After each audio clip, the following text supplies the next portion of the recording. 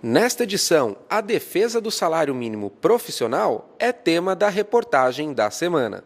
Saiba também os desafios para o crescimento da banda larga no Brasil.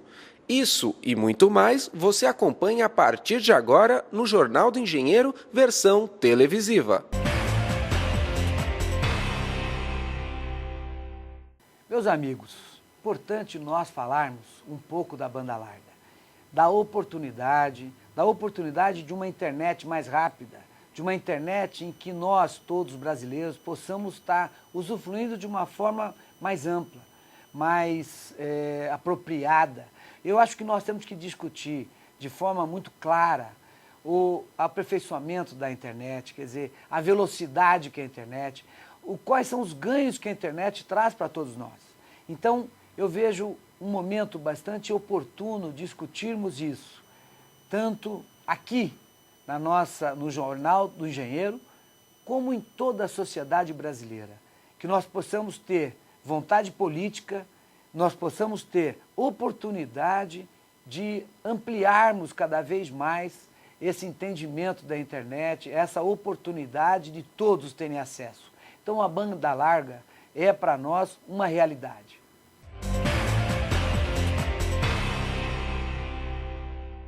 Nós recebemos para debater o tema banda larga no Brasil, aspectos técnicos e políticos, alguém que vai nos falar sobre o aspecto técnico e o aspecto político, sobre a questão técnica, e na realidade as questões se confundem, né? A questão técnica e política, e nós saudamos João Brant, do coletivo Intervozes, que é formado em rádio e TV pela USP, com mestrado em regulação e políticas públicas de comunicação.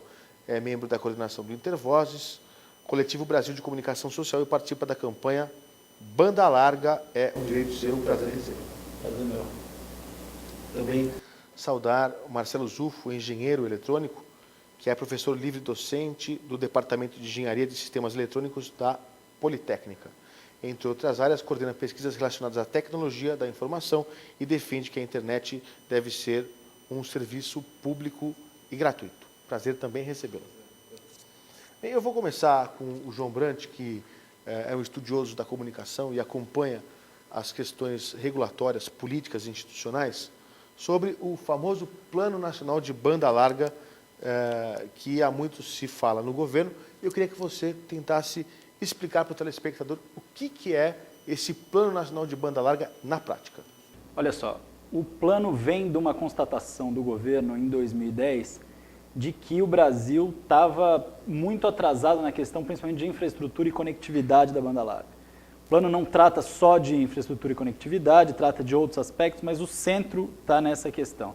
Então, nós tínhamos ali 21% apenas das residências conectadas em banda larga, e o governo falou, nós precisamos tomar um conjunto de medidas que enfrente esse problema, depois de 8 anos, com muito poucas ações concretas em cima desse tema. Então, o plano reúne algumas políticas públicas de incentivo, tanto questão de incentivo fiscal, questão de política industrial, e teve como auge, vamos dizer assim, um termo de compromisso que foi estabelecido com as empresas de telecomunicações para tentar oferecer banda larga a R$ 35,00 por 1 megabit em 1 megabit por segundo, mas com uma série de limites aí de franquia de download, de limite de upload, e esse conjunto de medidas foi chamado Plano Nacional de Banda Larga. Isso foi em 2010, essas medidas do termo de compromisso foi assumido a partir de 2011, de junho. Perfeito. E eu perguntaria para o Marcelo Zufo, para ele explicar para o telespectador quais são os sistemas de acesso que o cidadão pode ter em relação à banda larga, ou seja, as várias tecnologias, e também pudesse diferenciar a nuvem, né? O Wi-Fi quando a gente entra numa loja, num restaurante, o WiMAX e o WiMesh. Bem, antes de mais nada, a gente tem que deixar bem claro que essa infraestrutura de banda larga é uma infraestrutura portadora de desenvolvimento e progresso. Nos países que a gente observa investimentos consistentes e intensivos nessa infraestrutura, são justamente aqueles países com maior IDH. E a gente percebe isso, o Brasil se encontra entre as 10 economias do mundo, mas em banda larga nós estamos numa posição inferior a 80, e o nosso IDH, se não me engano, é a posição 83. Infelizmente, há uma dificuldade nossa em convencer os governantes de que eles não vão se arrepender nada em investir nessa infraestrutura. O ponto principal da banda larga brasileira são investimentos maciços e intensivos. Nós estimamos que esses investimentos são da ordem de 100 bilhões de reais. Um país muito parecido com o Brasil em termos de dimensão continental é a Austrália. E a Austrália, nesse instante, está investindo 36 bilhões de dólares na sua infraestrutura de fibra óptica para banda larga.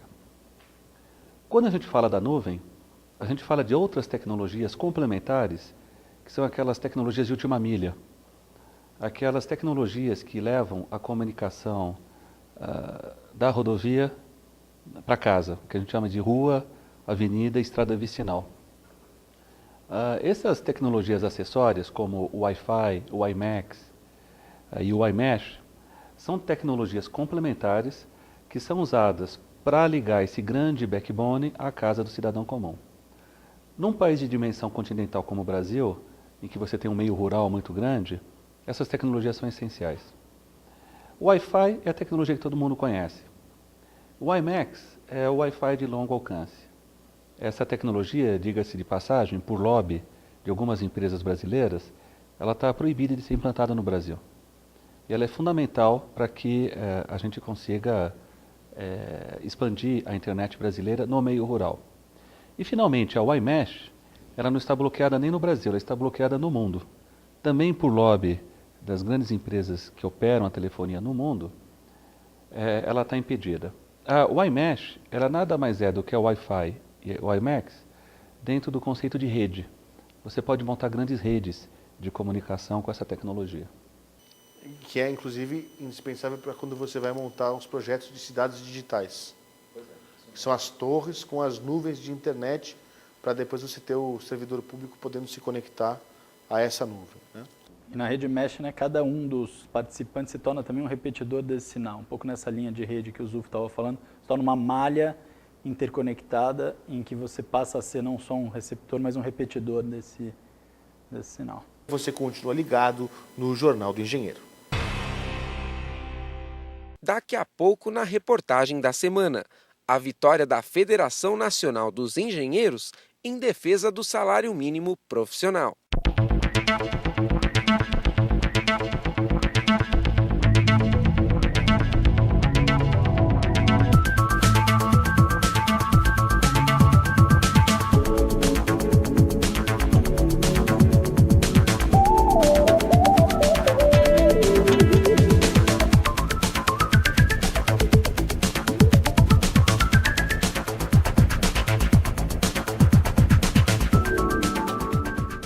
O JE publicou. Em artigo, o consultor sindical João Guilherme Vargas Neto fala sobre o protagonismo dos trabalhadores na luta pelo desenvolvimento nacional. Acesse o nosso portal na internet e saiba mais.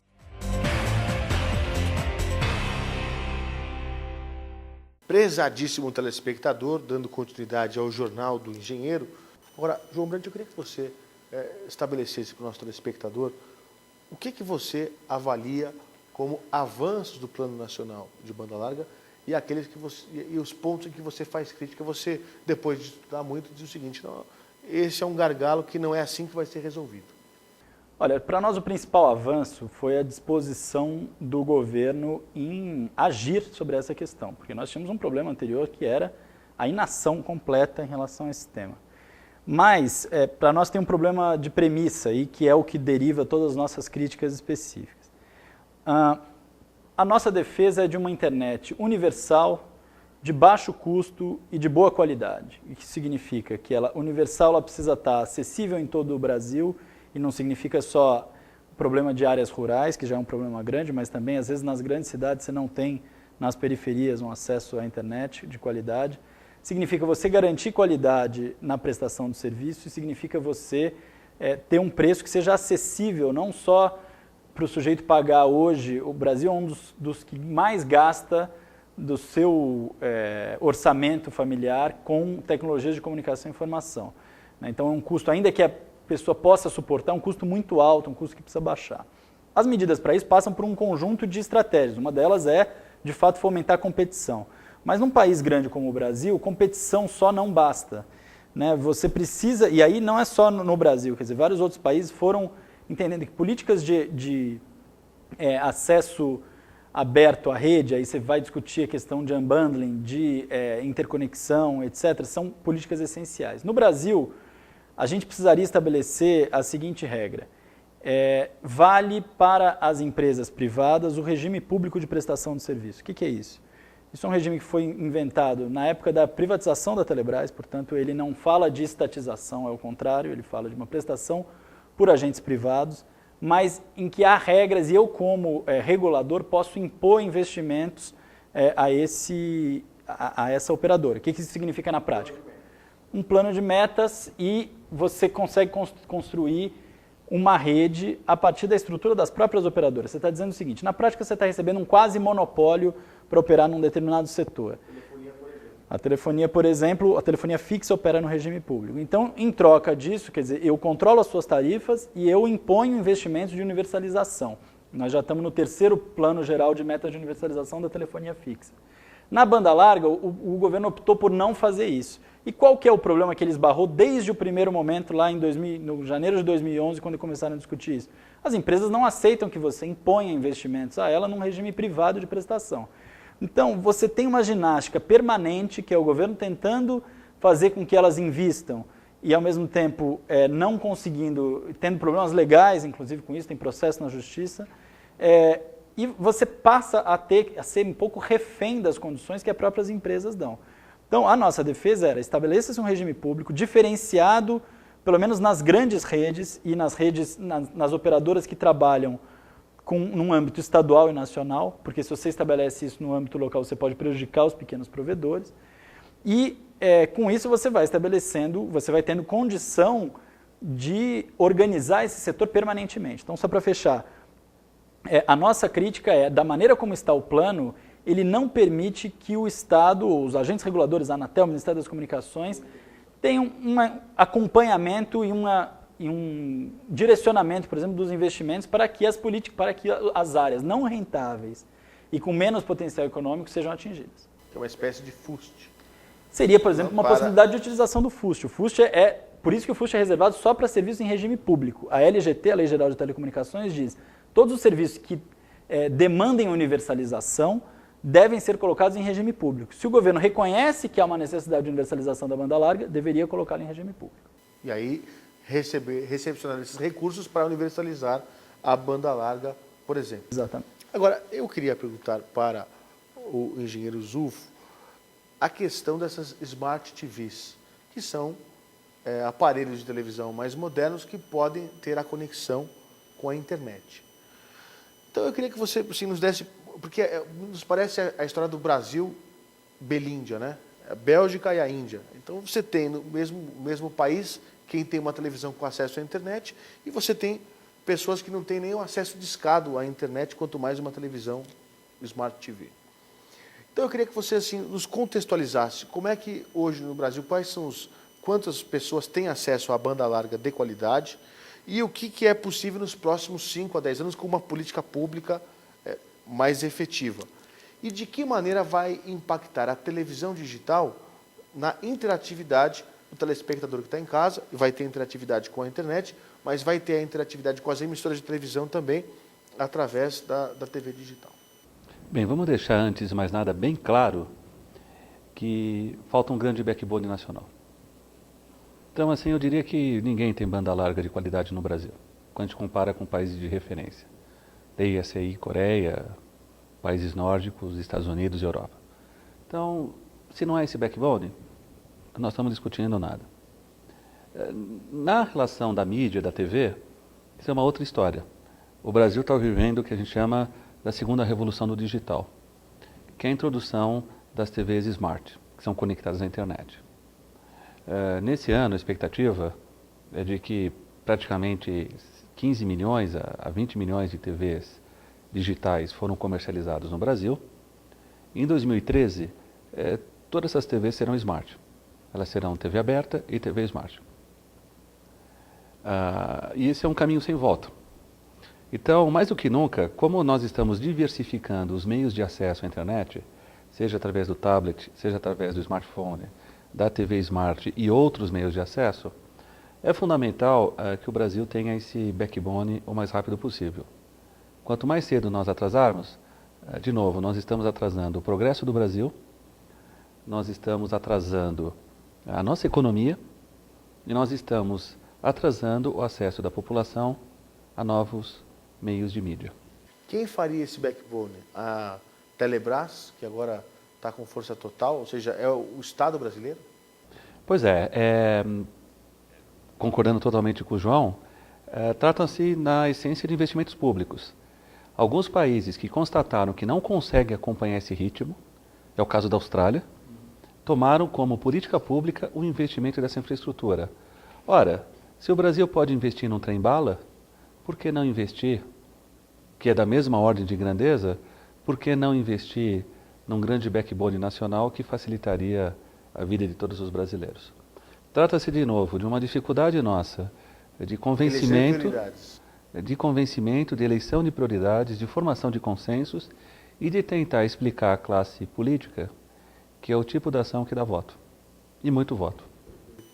Agora, João Brant, eu queria lhe fazer uma pergunta sobre a questão da televisão, até porque você, no Coletivo Intervozes, trabalha muito com esse tema, que é a questão da multiprogramação. A tecnologia da TV digital permite que no mesmo canal você possa ter até 8 programações diferentes. O que equivale a dizer que uma TV Cultura pode ter TV Cultura 1 com uma programação, a 2 com outra, 3, 4 e assim sucessivamente. Como é que você enxerga que isso possa impactar positivamente o cidadão que acompanha essa programação e como é que isso também pode ser um crime de lesa pátria ao mesmo tempo, se é que pode? Olha só, eu acho que o grande potencial positivo é aumentar o pluralismo e a diversidade do setor de televisão. O Brasil, assim como vários outros países, sempre teve um gargalo muito grande na formação de grandes redes, porque não há espaço para a transmissão em igualdade de condições. Claro, a TV digital já abre uma enorme possibilidade disso, mas cheio de problemas também na divisão do espectro, a gente poderia analisar melhor, e a multiprogramação multiplica tudo isso por 8. A nossa preocupação é o seguinte: se isso for utilizado para aumentar a diversidade, a pluralidade a que os telespectadores têm acesso, perfeito, nós vamos ser defensores grandes da abertura da possibilidade de multiprogramação. O nosso problema é se isso virar simplesmente uma abertura de mais potencial para quem já tem hoje os canais. Então, se os donos das emissoras querem ter, a emissora A vai ter o canal A1, A2, A3, A4, e ele vai usar isso para vender espaço para loja de anel, vender espaço para alguma religião que esteja buscando coisa, e for utilizar isso, então, fazer uma especulação privada em cima de um bem público, aí nós somos contra. Então, se isso vier no meio de um conjunto de regras, que a gente chama do marco regulatório para o setor, que diga, olha, não pode arrendar espaço na televisão e você tem uma obrigação de gerar maior espaço para produção independente, etc. Aí acho que vai ser muito positivo e vai ter esse potencial de ampliar a diversidade. Perfeito. Queria agradecer demais a presença do João Brant e do Marcelo Zufo no Jornal do Engenheiro.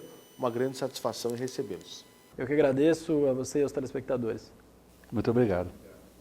E você continua ligado no Jornal do Engenheiro. O CESP mantém convênios em diversas regiões do estado que garantem vantagens aos associados. Clínicas, médicos e laboratórios, estética, escolas, lazer e turismo, entre outros. Acesse o nosso portal na internet e saiba mais.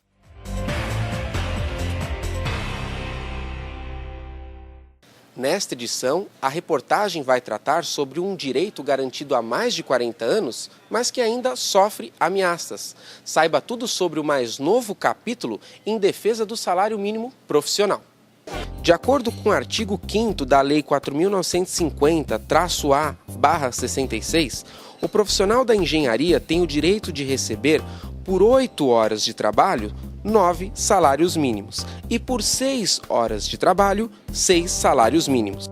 O projeto de lei número 42 de 2011 da Câmara Federal ameaçou esse direito. De autoria do deputado Vicentinho, do PT de São Paulo, Originalmente, o projeto visava estender o piso previsto na Lei 4950-A/66 aos tecnólogos.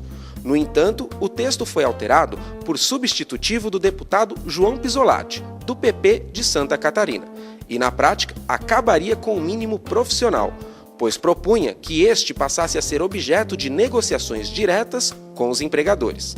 O presidente do Sindicato dos Engenheiros no Estado de São Paulo e da Federação Nacional dos Engenheiros, Murilo Celso de Campos Pinheiro, explica como foi a ação para arquivar o projeto.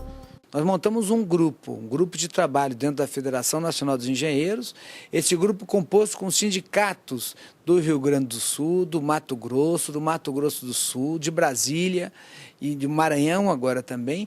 Nós pegamos esse grupo de profissionais, de engenheiros, para juntos irmos lá argumentar com o senador Paim, discutir essa questão. Depois de muito trabalho, depois de muita insistência, de muita perseverança por parte da Federação Nacional dos Engenheiros, nós conseguimos com que o deputado Vicentinho se convencesse que esse processo deveria ser arquivado e assim fizemos também com o senador Paim, que foi, como disse anteriormente, de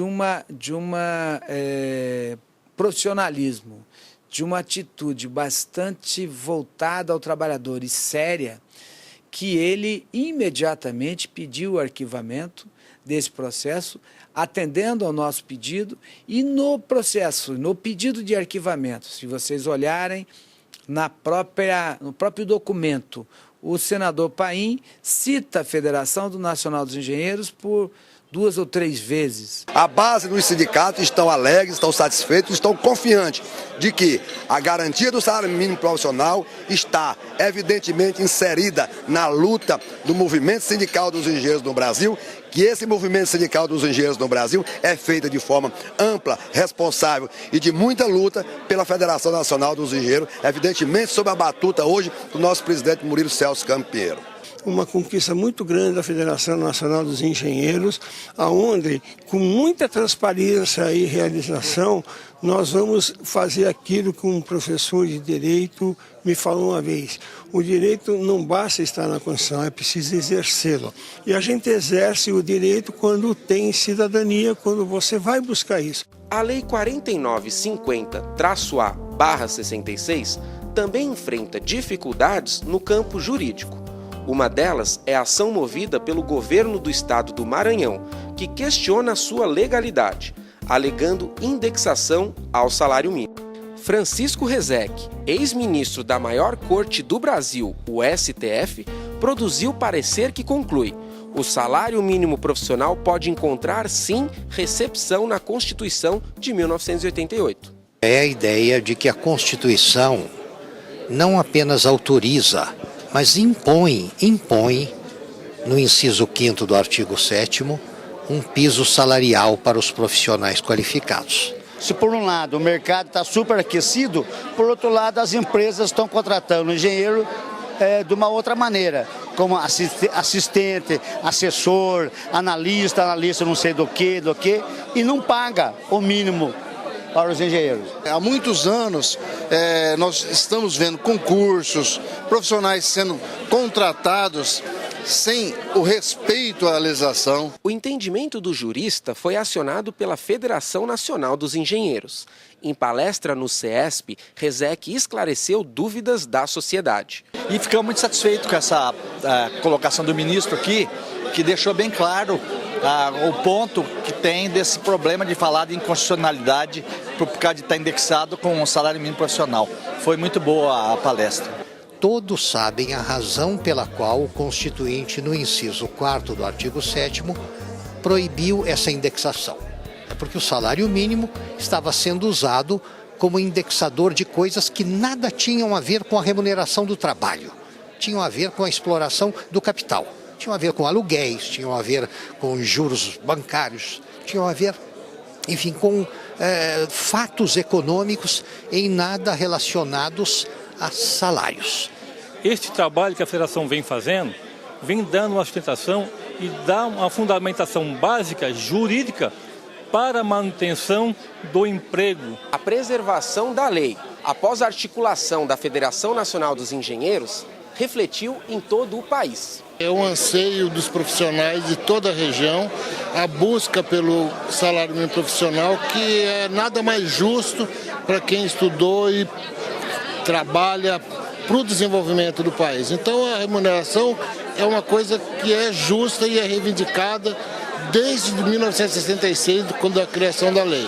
Não faltou vontade de Brasília batalhar por tudo isso aí. Eu acho que foi uma vitória muito boa para a nossa entidade conjunta, federação, sindicato, tudo coroou com uma festa maravilhosa, um trabalho maravilhoso. Traz para a gente uma visão muito clara do que é a lei, né? Como ela deve ser respeitada e ser conduzida por todos aqueles que almejam o exercício da profissão na engenharia. As entidades de classe existem para isso, para não deixar que interpretações erradas do direito brasileiro, seja de dispositivos da Constituição ou de qualquer outro elemento da nossa ordem jurídica, causem algum dano contra o espírito da própria Constituição aos interesses da classe. Para saber mais sobre a luta pelo salário mínimo profissional